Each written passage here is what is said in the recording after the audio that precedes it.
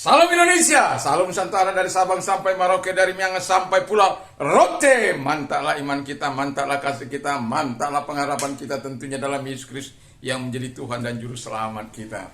Hari ini saya tidak bisa katakan selamat pagi karena sudah terlambat, jadi hari ini saya hanya satu kali rekaman. Puji nama Tuhan. Dan sebelumnya saya mau katakan, jangan katakan bahwa Yesus bukan Tuhan, jangan katakan bahwa Yesus bukan Juru Selamat. Karena di luar sana ada banyak orang mengatakan Yesus itu bukan Tuhan, Yesus itu bukan Juru Selamat. Dan sejak kapan pula dia diangkat jadi Tuhan?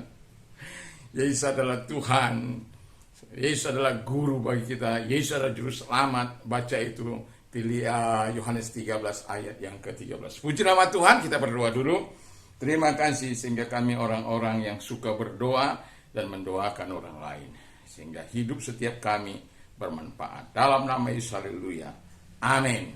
Puji nama Tuhan. Firman Allah akan saya baca dalam Filipi 1 ayat 9 sampai dengan 11. Dan inilah doaku, semoga kasihmu makin berlimpah dalam pengetahuan yang benar dan dalam segala macam pengertian, sehingga kamu dapat memilih apa yang baik, supaya kamu suci dan tak bercacat menjelang hari Kristus, penuh dengan buah kebenaran yang dikerjakan oleh Yesus Kristus untuk memuliakan dan memuji Allah. Haleluya. Tema kita adalah doa Paulus kepada jemaat. Yang pertama dikatakan dengan jelas, sebagaimana ayat yang ke-9 dikatakan bahwa supaya apa? Jemaat itu memiliki kasih yang semakin berlimpah. Jadi bukan stagnan, tapi semakin berlimpah, semakin banyak, semakin banyak, semakin banyak, semakin banyak, sehingga disebut berlimpah-limpah.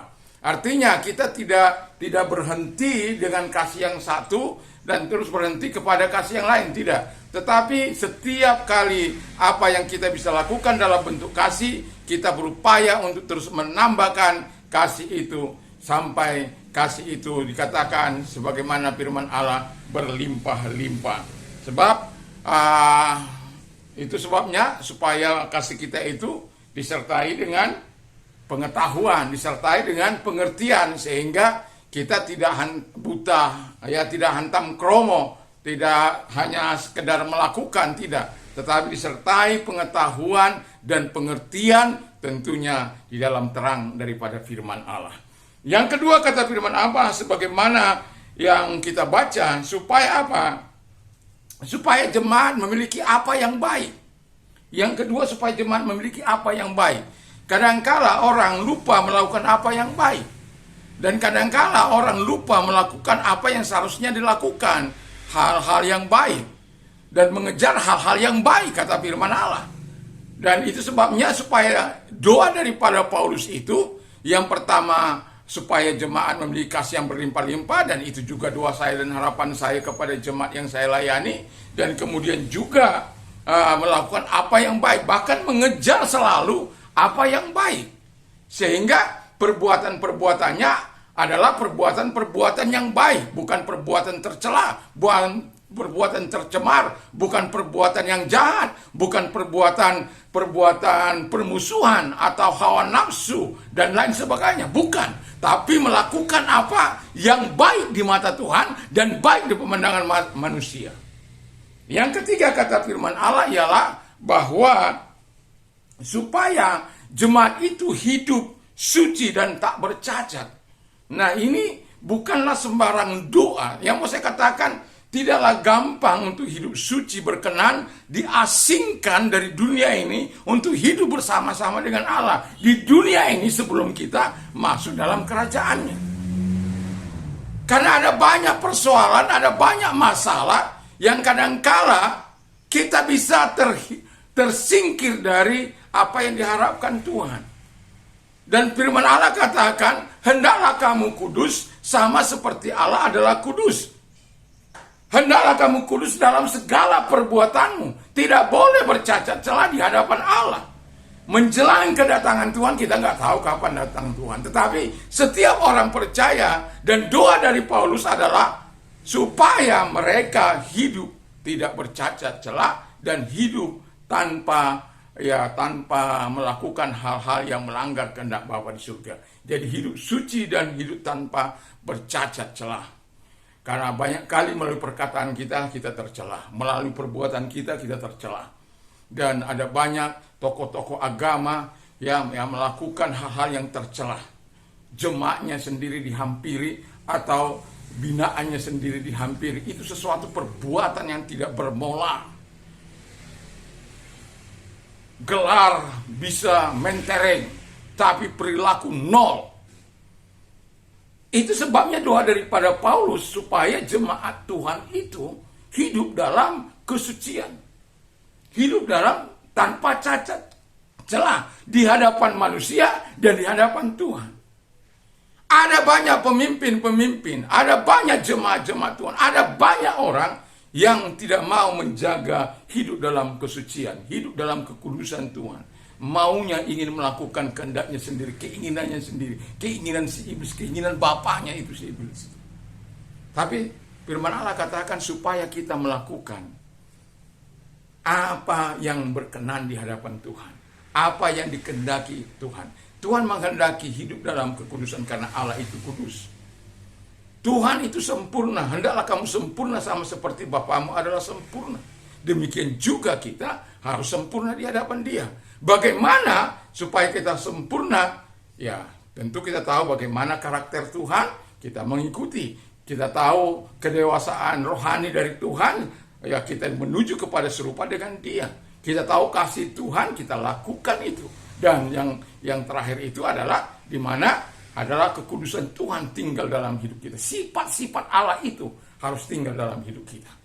Dan yang terakhir kata firman Allah, supaya menghasilkan buah-buah kebenaran. Kita tahu banyak kali buah kebenaran ya dalam hidup ini. Ada buah Roh Kudus, ada buah kebenaran. Dan buah kebenaran itu harus dihasilkan oleh Roh Kudus.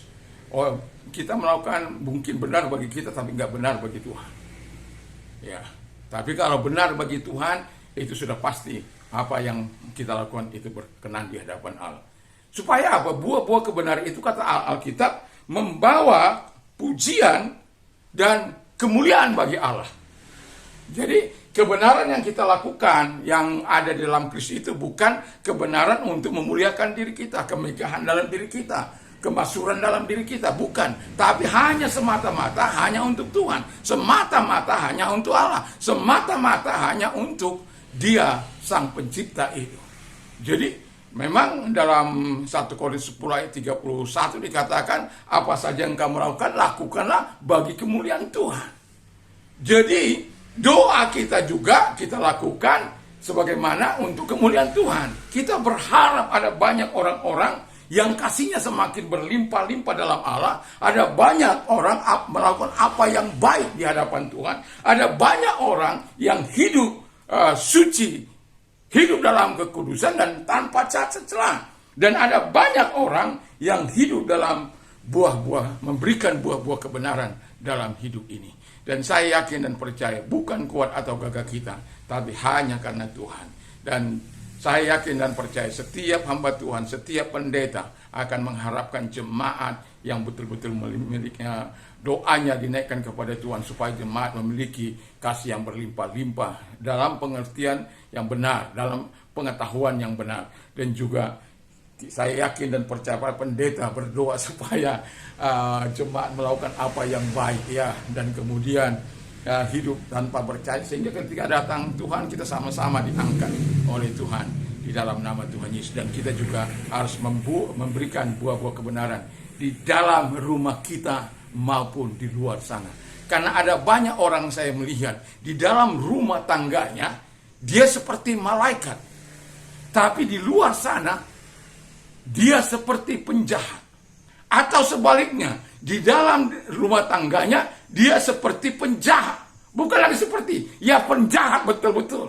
Tapi di luar sana dia seperti malaikat. Sementara Alkitab katakan, yes be yes, no be no. Kalau ya katakan ya, kalau tidak katakan tidak. Kalau kita di rumah tangga kita baik, di luar sana juga harus baik. Kalau di luar sana baik, di rumah tangga kita harus juga baik. Dan itu harapan yang Tuhan mau kita miliki. Mari kita tunduk kepala dan kita berdoa. Mari. Terima kasih Tuhan, biarkan kiranya kami menjadi orang-orang yang menyenangkan hati Tuhan, dan kami mau berdoa terus sebagaimana yang Kau harapkan dalam firman-Mu.